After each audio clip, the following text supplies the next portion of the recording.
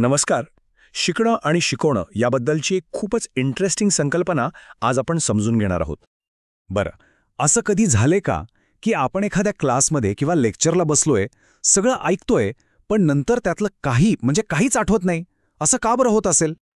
हे समजून घेण्यासाठी आपल्याला आधी हे बघावं लागेल की शिक्षण किंवा खरा शैक्षणिक अनुभव म्हणजे नेमकं काय. म्हणजे बघा, शिक्षण म्हणजे फक्त गप्प बसून माहिती ऐकणं नाही, तर शिकणारी व्यक्ती आणि तिच्या आजूबाजूची परिस्थिती यांच्यात होणारी एक ॲक्टिव्ह देवाणघेवाण आहे. खास करून शिक्षकांनी जी परिस्थिती तयार केली आहे ती. आणि गंमत म्हणजे या अनुभवाचे 3 मुख्य प्रकार आहेत. आपण याला एका शिडीसारखं समजू शकतो, जिथे आपण सर्वात कमी प्रभावी पायरीपासून सर्वात प्रभावी पायरीपर्यंत वर जाणार आहोत. चला तर मग सुरुवात करूया सगळ्यात खालच्या पायरीपासून.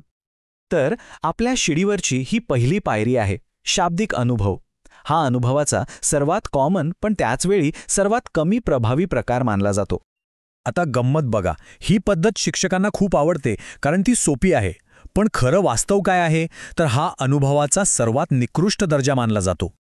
एका विचारवंताने तर यावर इतकं छान म्हटलंय, शिक्षण तज्ज्ञ ते काय शिकवतात? शब्द, शब्द आणि केवळ शब्द. किती खरं आहे नाही का? हे वाक्य या पद्धतीतली खरी समस्या अगदी नेमकी पकडतं.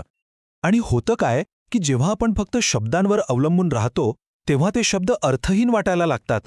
आणि यातूनच जन्माला येतं अनुभवशून्य शिक्षण. म्हणजे जिथे अनुभवच नाही, तिथे खरंच शिक्षण कसं होणार? चला तर मग आता शिडीची दुसरी पायरी चढूया. ती आहे अप्रत्यक्ष अनुभवाची. आता याचा वापर कधी होतो? तर जेव्हा प्रत्यक्ष अनुभव देणं प्रॅक्टिकल नसतं किंवा शक्यच नसतं तेव्हा. या अप्रत्यक्ष अनुभवासाठी आपल्याकडे बरीच साधनं आहेत, जसं की चित्र, ड्रॉइंग्स किंवा एखाद्या गोष्टीची प्रतिकृती म्हणजे मॉडेल. चार्ट्स, फ्लॅशकार्ड्स, फोटो, छोटे व्हिडिओ क्लिप्स, एवढंच काय डॉक्युमेंटरीजसुद्धा. या सगळ्या गोष्टींमुळे ती संकल्पना आपल्या डोळ्यासमोर उभी राहते. समजा भूगोलातला एखादा कॉन्सेप्ट समजून घ्यायचा आहे. आता प्रत्येक ठिकाणी प्रत्यक्ष जाणं तर शक्य नाही, बरोबर?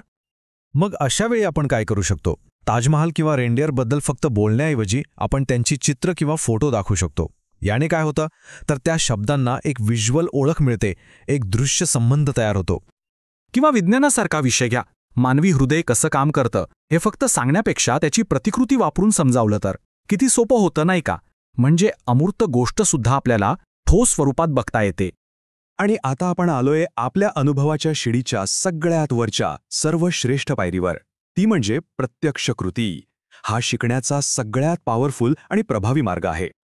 यालाच सर्वांत श्रेष्ठ अनुभव म्हटलं जातं, कारण इथेच शिकणं हे फक्त माहितीपुरतं मर्यादित राहत नाही, तर ते थेट आपल्या अनुभवाचा भाग बनतं, आपल्या मनावर कायमचं कोरलं जातं. एका जुन्या म्हणीत याचं सार किती सुंदरपणे सांगितलंय बघा. मी ऐकतो आणि मी विसरतो, मी पाहतो आणि मला आठवतं, पण जेव्हा मी स्वतः करतो तेव्हाच मला ते खऱ्या अर्थाने समजतं.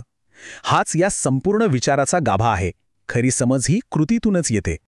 मग ही प्रत्यक्ष कृती म्हणजे नेमकं काय? तर प्रयोगशाळेत जाऊन स्वतः प्रयोग करणं, एखाद्या ठिकाणी क्षेत्रभेटीवर जाणं, म्युझियम किंवा तारांगणाला भेट देणं, किंवा मग सांस्कृतिक कार्यक्रमात भाग घेणं, एखाद्याची मुलाखत घेणं, अगदी बागेत काम करणं सुद्धा.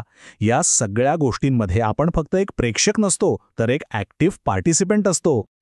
तर मग या सगळ्या प्रवासातून या शिडीच्या 3 पायऱ्यांवरून गेल्यावर आपल्याला शिकण्याचा नेमका सार काय कळतो?